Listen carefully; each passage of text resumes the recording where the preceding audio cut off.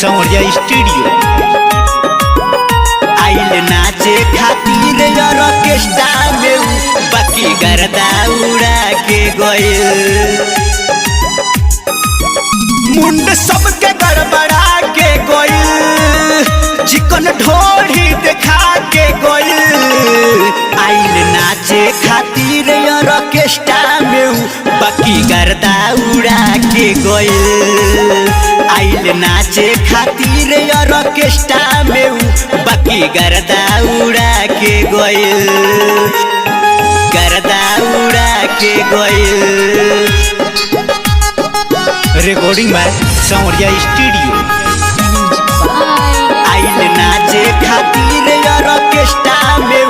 बाकी गर्दा उड़ा के गइल लहे लहे लहंगाई अपन उठैलस चिकन सामान छौड़ी सबके देखैलस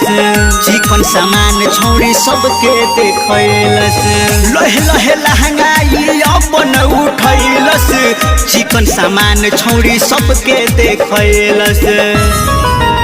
पातर कोमर हिला के गइल छौड़ी ढोली देखा के गइल आइल नाचे खातिर ऑर्केस्ट्रा में बाकी गर्दा उड़ा के गइल आइल नाचे खातिर ऑर्केस्ट्रा में बाकी गर्दा उड़ा के गइल गर्दा उड़ा के गइल। रिकॉर्डिंग बाय सौर्या स्टूडियो आइल नाचे खातिर ऑर्केस्ट्रा में बाकी गर्दा उड़ा के गइल नाचत रहे छौड़ी खूबे हुमच के रोशन बवलिया से जाई कहाँ बच के रोशन बवलिया से जाई कहाँ बच के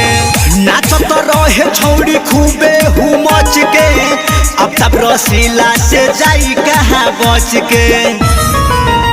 बाजा सबरो उठा के गइल आदित्य राज के तरसा के गइल आइल नाचे